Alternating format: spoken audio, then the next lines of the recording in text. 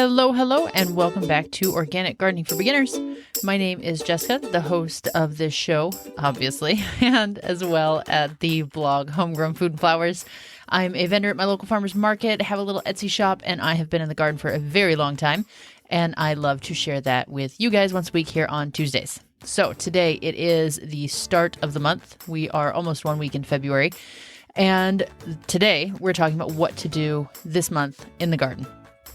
It's sort of spring, not officially, but it kind of feels like it. I'm in Oregon, zone 8, and we have been having the mother of all false springs.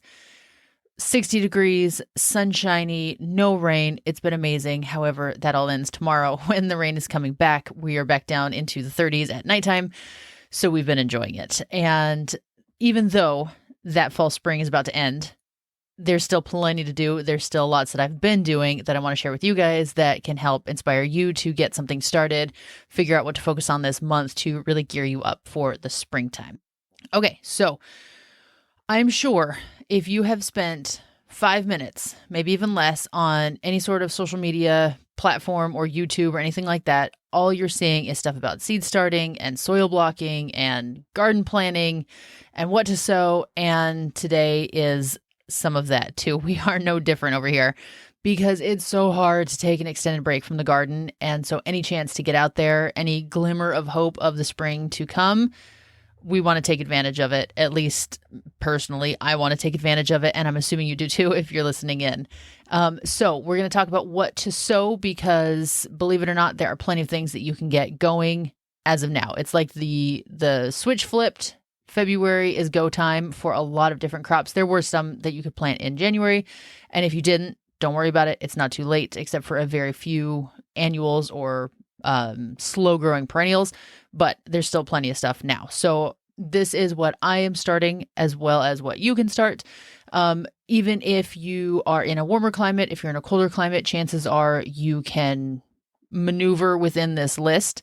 Even if it's snowy, if you can get something going under cover, if you're in a warmer climate where it's not even freezing, then plant away. There's tons of stuff you can grow. So what I'm talking about are primarily greens, like, your standard lettuce, leafy greens, spinach, chard, stuff like that.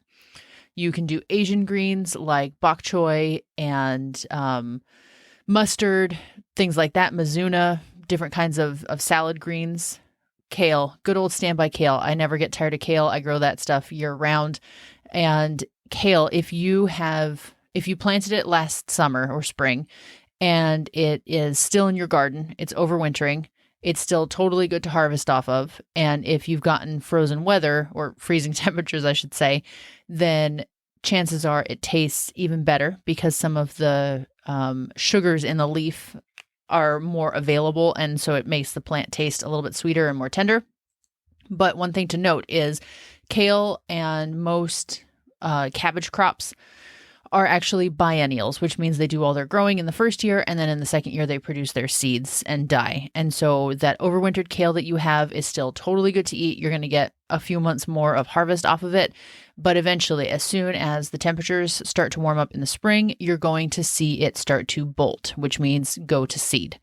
And across almost all of these brassicas, kale, cabbage, broccoli, stuff like that, cauliflower, it's a tall stalk from the center of the plant that has little yellow flowers on it. I think there are some that put out more of a purplish flower or more of a white flower.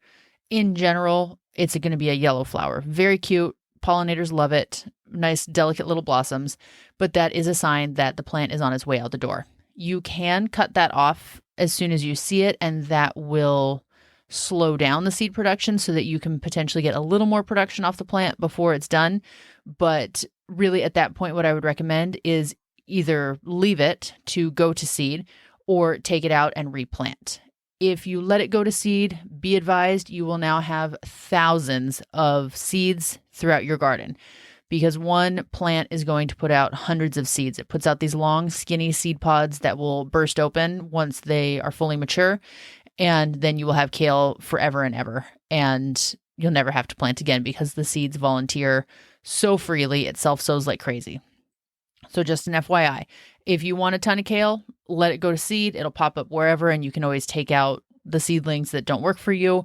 If you want to be more selective of where you have it in the garden, or you have a small space and you can't dedicate that much to these volunteer plants, then make sure you don't let the seed pods mature on the plant. And you can eat the seed pods. I've seen people do that. They kind of fry them up like another, crunchy veggie, throw some garlic on there and make a little stir fry out of it. And the leaves, you can do the same, like chop the whole seed stalk off, toss it in, saute it, and there you go. Have it with your meal.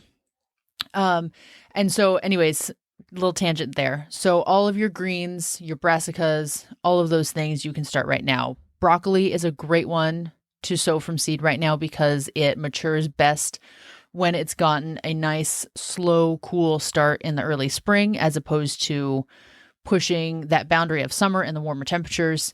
Same goes for cauliflower. A lot of cabbages need a long, slow season to grow to prevent cracking and pest damage. They can be very vulnerable to the cabbage moths and aphids that are going to be popping as soon as the weather warms up. So put those on your list if you like them. And then additionally, alliums. This is the onion family, like onions, chives, shallots. These can all be started from seed. These could have been started from seed last month too. It's not too late now. I just planted my chives and shallots maybe a week or so ago. And onions I planted from sets back in the fall, so those ones are already taken care of.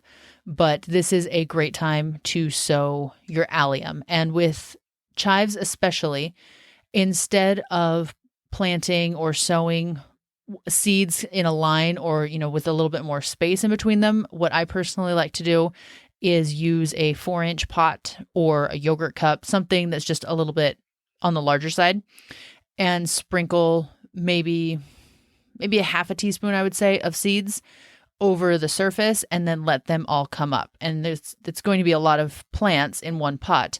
But what you can then do at planting time is break that clump into half or even fourths, depending on if it's chives or something like onions and shallots, and then plant those little clumps out into the garden where they're going to spread on their own. Now, if you do this with onions, obviously that's going to be a very close planting, but that's great for something like scallions or green onions. If you want the onions to actually bulb up, then you need to plant them farther apart. But for chives, they're going to be totally fine. And the same goes for shallots, because those will bulb kind of like garlic does, but not as big as onions. So you can get away with having them closer together. It's going to produce a smaller shallot, or you can just harvest the greens, or you can take that 4-inch pot and then individually transplant out each shallot, which takes, a minute to do, but I find it more efficient than putting one seed in one cell in a plant tray, because they're just so small to start and they are a little bit slow growing. And sometimes, especially with onions or chives, people like to let the seeds grow until the greens are maybe 3 inches tall indoors, and then cut them off down to about 1 inch and let them grow back so that it produces a nice stocky plant. And so you are potentially going to have this plant inside for a couple of months. And that takes up a lot of space if I've just got one chive seed or one onion seed in each cell. And so I keep them all together in that 4-inch pot. And that just makes sense for me. So get your alliums in the ground, indoors, or undercover outside, and you will be able to start harvesting those chives, those shallots this summer. They are delicious. I cannot wait. And chives will overwinter. Just a heads up. They might look a little sad and pathetic in your colder climates, but they won't die. They are a perennial. They will continue to spread as the years go, and eventually you can just divide them with a shovel each season. You can give away clumps. You can move them to other areas of your garden, which is one thing I like to do when I have extras if nobody I know needs some, because they put out these beautiful purple flowers in the spring that the bees love. And so the more I can have, the better. And alliums tend to lend some amount of pest protection to crops because they have such a strong aroma that it can deter a lot of pests. Not all, don't get me wrong. I have a picture of a snail crawling on top of this allium bloom. So it doesn't make your garden invincible, but I still like to scatter them everywhere. The next thing that you can get out into the garden or start indoors to transplant are snap peas, which I tend to not necessarily follow the rules with peas, whether that's snap peas, snow peas, sweet peas, where typically you'll hear they don't like to be transplanted because they have a long taproot. I almost always start at least my sweet peas indoors and transplant them, and I have not had a problem growing them. So if you're nervous about that, if you've heard this as well, that peas don't like to be transplanted, one thing you can do is use a toilet paper roll or a paper towel roll that you've cut in half and use that as like your plantable pot, because they are relatively narrow and relatively tall. And so if you fill the roll with dirt, soil, seed starting mix, and then plant in there, then you can pop the whole thing in the ground, and the taproot will have had a few more inches than in a typical 4-inch pot to get that depth that it needs. And then you don't have to take it out of the pot to plant it. And so you kind of skip that transplant shock altogether. Does it make a difference? Who knows? In my experience, I do just fine transplanting from a normal pot, but just putting those little tips I've learned over the years out there for you to try and see what works for you. And snap peas, for whatever reason, I typically just direct sow those even early in the season when it's cold, probably because I plant so many because it's a total favorite of my family. If you plant too early and it's too cold and too rainy, they can struggle to germinate just because of the soil temperature or because they start to rot. So use your intuition on this. If it's just been pouring down rain where you live, then maybe hold off a little bit. If it is kind of like where we've been with this fall spring that has allowed the soil to dry out a little bit and it is going to start raining, but not forever and ever, I'm going to start planting them, or sowing them, I should say, straight in the garden starting this week for my snap peas. Whereas my sweet peas, I am starting indoors, and I'm going to get into the flower side in just a second. But peas are a great early crop. They can tolerate some frost if you get a light frost still throughout the spring. If you're going to get covered in a very heavy frost or ice or snow, maybe not so much. I've never lived in the Northeast, so those big, heavy snows, or even the Midwest, I don't have personal experience with. So that one, I have to say, use your judgment again. But as far as in the warmer climates or in the Northwest, you can definitely get away with planting your snap peas now or very soon. And then you can try root crops such as radish and beets and carrots. The soil's a little bit cold still, at least in my area, for germination, where a lot of these crops prefer at least 45, 50 degrees of soil temperature in order to germinate. So if you put them under cover, like a low tunnel, greenhouse, cold frame, that can bring the soil up just to that minimum requirement. But give it a shot. Carrot and beet seeds are very cheap, especially radish. Carrots take a little bit longer to germinate. So if you do try them and you don't see them popping up in a week or two, don't stress, because they are just slower germinators. Radish can be a really good indicator crop because those guys pop up in like 3 days. So if you plant all three and you're not even seeing your radish, then that could be a good indicator that your soil temperature is just not quite there yet. And beets fall somewhere in between as far as germination. If I remember correctly, usually see them in about a week, and those are so easy to grow. So if you are just chomping at the bit, try throwing some of those out there. Maybe you plant some lettuce and some chives and radish and get a little salad garden going, especially if you've got like a small little cold frame. And that can be a great way to get out there and see just how far you can push your season. You guys know I'm all about experimenting to see what will work, even if on paper it doesn't make sense or historically it doesn't make sense. Try it anyways, see what happens. Maybe you'll learn something new that can inform all your years to come in the garden, and you get an early salad that way. Okay, let's shift our focus to the flower side, which I love starting flowers early at this point. It might feel really, really early to start flowers indoors, but there are so many, more than most people realize, so many flowers that can tolerate frost. And I credit flower farmer Lisa Mason Ziegler for all of my knowledge about this, because she is a flower farmer out in North Carolina, Virginia, East Coast somewhere, I forget. And she has made her living talking about cool flowers, as she calls them, which are cold tolerant flowers that you can plant in the fall and overwinter, or plant out super, super early and get them blooming sooner than you normally could if you wait until the last frost date. So These are flowers like Orlia, which you've heard me talk about a ton and is not a very well-known flower, but it's so beautiful and the pollinators love it. Scabiosa, also known as pincushion flower, is another very pollinator attractive flower that I feel like almost nobody plants or knows about. I'm always telling people at my farmer's market booth about Scabiosa because they are just so pretty. The butterflies love them. This also includes Dianthus, Calendula, Nigella, Bells of Ireland, which can be a little bit tricky to germinate. I've succeeded at it a time or two, but it does take a little bit of babying. Also, first-year flowering perennials that need a long growing season, like hollyhocks or lupin or columbine or even milkweed. Those ones are a really great flower to start now. They're on my to-do list for today, as a matter of fact. I have had my some of my seeds soaking overnight, like my sweet peas, which I'll talk about, and also my lupin, because these seeds... And these aren't the only ones. This can apply to lots of different ones. Beans work for this too. When you have a seed that is on the larger side and has a tougher or thicker seed coat, such as a pea, if you soak them for a few hours up to overnight, I usually push it on the longer side, it can help speed up germination because the water has penetrated the seed coat and made it easier for the sprout to then come through. And so if you soak them beforehand, then it can just make it a little bit easier to get it to germinate if you're doing it indoors. If you're planting outside, such as snap peas, I don't typically soak them because it's rainy and the soil's wet and it just kind of takes care of it for me anyways. But if I'm starting indoors, then I definitely do. I find it just results in better performance, really.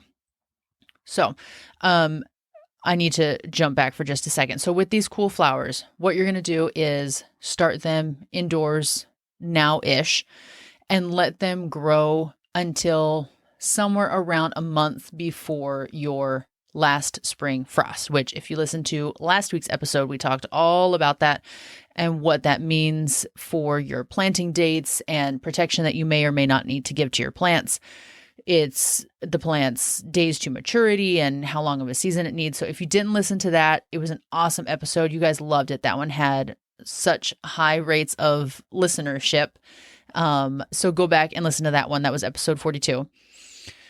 But your cool flowers you can plant out before your last spring frost, as opposed to something like a warm season flower like cosmos, sunflowers, zinnias, some of those really common ones that need to go out after your last spring frost because they can't handle those colder temperatures. So if you're planting these flowers out in, say, March, early April, what you can do is, depending on what zone you're in, if you're in a slightly higher zone, for me, for example, like I said, I'm in zone 8, I am going to kind of wing it on if I need to provide protection for them. And by protection, I mean something like a row cover. Maybe a low tunnel where I'm using PVC pipe to suspend plastic over the garden beds to keep the frost off the plants. If you're in a colder zone, you might need to default to those row covers. Really, it depends, honestly, on how low your temperatures get. If you have things like hail or strong winds in the spring, that can be damaging to your little baby plants. But in any case, these flowers are going to use, just like the brassicas that I mentioned earlier, they're going to use these cooler days to really establish themselves, establish their root system, so that once the days start to get a little bit longer, a little bit warmer, that's when the top growth is really going to take off and they'll start to get taller, they'll leaf out more, and you'll get really nice, strong blooms as well as sturdy plants. Some of these flowers will even perform better being planted early or in the fall, as opposed to a traditional spring planting where something like Dianthus, if it gets too warm of temperatures, it can be a little bit of a floppy plant. Whereas if you start it in the fall and let it overwinter, it produces a nice sturdy plant that still has tall stems for cutting, but just an overall more robust plant than a spring planted one. So just a little check-in at this point, because I know I've given you a ton of information.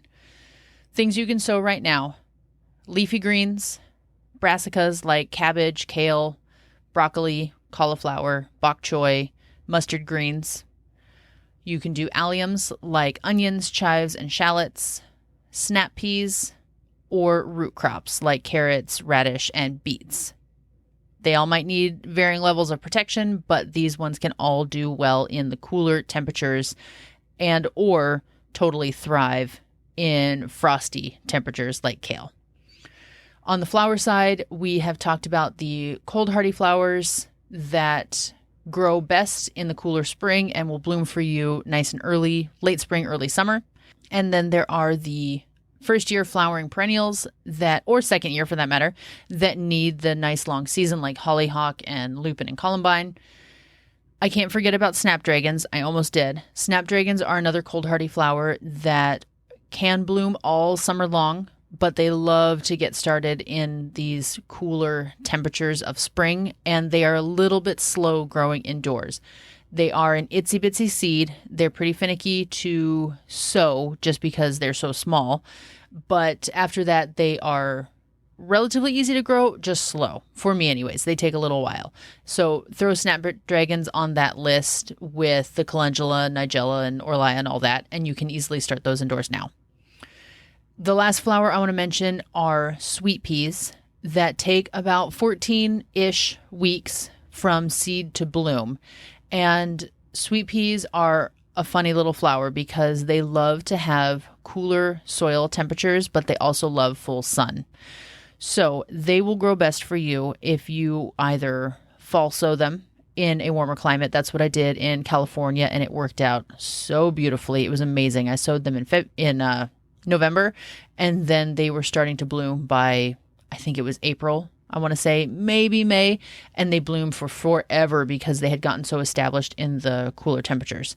But I don't have that luxury right now, and so I am starting them from seed also today. I started soaking the seeds yesterday.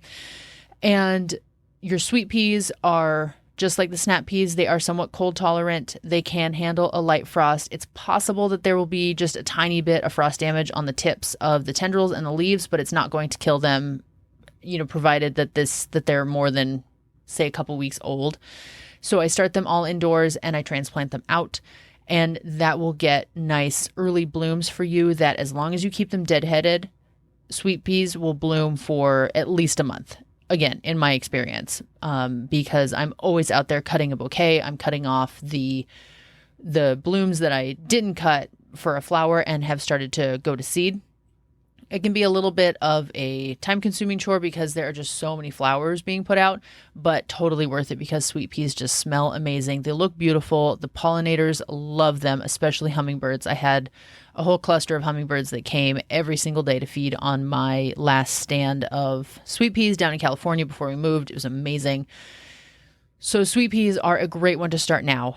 And I suppose this is a little bit of a tangent, but if you want the most sweet pea blooms possible, once you get your sweet pea plant up to about 8 inches tall, you can cut them back a little bit down to about half that size, and that will force some more branching from the plant so that it makes more branches that will then have blooms on them. This process is called pinching, and you can apply it to zinnias, to cosmos, the sweet peas I just mentioned. There are lots of different flowers and plants that you can do it with. And really it comes from the flower farming world, where the goal is to have the most blooms or blooming stems per plant. And you don't have to. Your sweet peas will be totally fine if you don't do it. It's just a little tip I want to pass on. Okay, seed sowing aside, there are lots of other things that you can do either in the garden or garden adjacent this month. And one thing that became abundantly clear to me last weekend at the farmer's market was there are so many workshops coming up, so many master gardener events, your county extension office events. I was chatting with tons of people about it. There's a workshop going on not far from me about invasive plants and how to get rid of them. There's another one going on about native plants and how to plant them and encourage pollinators. We have a seed exchange coming up at my farmer's market. Granted, it's not till next month, but you got to keep it on your calendar so that you don't double book yourself. So if you are wanting to learn or network or meet people in your same area and you don't want to do it through a book or online, you prefer an in-person event, go start asking around. Go to your local nursery, call up your extension office. I think almost every county has one. See what your master gardeners are doing, because chances are you can find free or low cost education events that are really starting to pick up at this point, because it's, right before the season. And so people who teach, who educate, community members, they are all wanting to get out there and help newer gardeners come up with as much knowledge as they can get to have a successful season. So just a little tip, start doing a Google search, ask around, see what's out there for learning about whatever your new topic is. Personally, I am learning all about medicinal herbs this year. I have a list of things I'm learning about, but this is one of my biggies, because ever since I was a kid, I've always dreamed of having that cute little herbal apothecary, little jars of bits and bobs and remedies and all that stuff. And this is the year, dang it, I'm planting my herb garden. I've always grown, calendula and mint and the very basics, echinacea, stuff like that. But I'm going all in. I found this company. They're down in Southern Oregon, called Strictly Medicinal. I think it's Strictly Medicinal Seed Company or Herb Company, something like that. And they are a family farm. They've been around for forever, super high quality seeds. So I got a shipment from them of a handful of new to me herbs that I've never grown before. And the reason I bring this up is because if one of the things you want to learn about is herbs or medicinals or natives for that matter, a lot of these plants are slow to get established. And so if you can't find seedlings or want to stay on the budget to be able to, if you want to stay on budget by starting from seed, now is a great time to do it, because they are slow growers. They take a while to get established. And so if you start now, chances are you'll have a decent sized seedling by the time it warms up for spring. So I am doing this exact thing. I've got some mallow seeds soaking because they need a little bit of treatment before you sow them. Mullein or mullein are one of the seeds that I'm growing. Comfrey, we're going to plant that around our fruit trees. I've got toothache plant. I cannot wait for that one because it's got such a cool looking little flower that you can actually harvest for a cut flower, but then it has medicinal properties as well. So this little segment here is a little bit of a combo of there's always something to learn about, whether it's in person or through books or other seed companies. And there are some really cool plants that you can start from seed that you might not have thought about already. So stay tuned. I'm sure I will tell you guys all about my medicinal little herb garden. And I can't wait. It's always so much fun to learn stuff. Alrighty. So last minute garden beds. If you need to get in more garden beds, this is a really good time to do it. Again, using myself as an example, I've talked about this before. I'm putting in a cut flower garden specifically for cut flower production. Normally I do all of my companion planting, all my flowers, all my veggies, herbs together, but this year I'm experimenting with a pure cut flower production bed that I will be I'm establishing it over an existing lawn. So there's just grass there right now, and I'm going to cover it with cardboard, cover that with some compost, and then plant straight through it. This is how I have established many, many beds in the past. This one's a little different because this is like lawn/old pasture. So I don't know exactly what the weeds are going to hand to me, but I have my wood chips. I will mulch heavily and hand weed where needed and just see what happens. So I'm going to I'm going to establish that now and tarp it with just a waterproof tarp, while my flowers that I just mentioned I'm starting indoors are growing. And then once they're ready, I'll transplant them straight out and we'll see how it goes. But I'm really excited for it.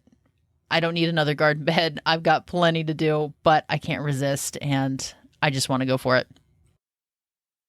Be expert, but it's worth mentioning that this is also a really great time to plant fruit trees.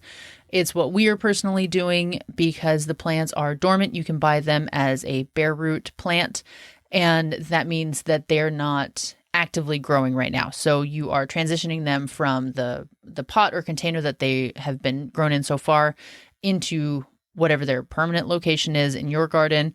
And then they'll kind of wake up with the season and start to leaf out and establish and all that good stuff. As long as your ground isn't frozen, you can plant fruit. We, fortunately enough, live about 10 minutes away from this really awesome U-Pick farm that has an adjacent nursery where they sell backyard fruit like apples and blueberries and raspberries and all that good stuff. So we are going to get those in the ground this month. And so I've also been reading a ton about fruit production and backyard orcharding and all that. And so I know that this is a good month, and that's about the extent of my knowledge for fruit. I know that it'll take a few years before we get anything, and I'm okay with that. That's, as they say, the best time to plant a tree was 10 years ago, and the second best time is today. So we are going with that old motto. But I am no fruit expert. I am relying on books and YouTube to teach me. Epic Gardening has some really good fruit growing videos. Granted, he's in a totally different climate than me now, but he still has some really awesome information. So I just want to put that disclaimer out there. I am a very, very, very novice orchardist. Don't even have an orchard yet, but it's in the plan. It's in the plan. I'm just going to grow everything. One of these days I'll list it all out, but I'm going to pack this 2 acres with so many plants that there's no grass left. Okay, guys, on that note, I always get giddy at the end of these because I just get so revved up to go plant and do and share, and I just love it. So for those of you who always stick to the end, thank you for putting up with me.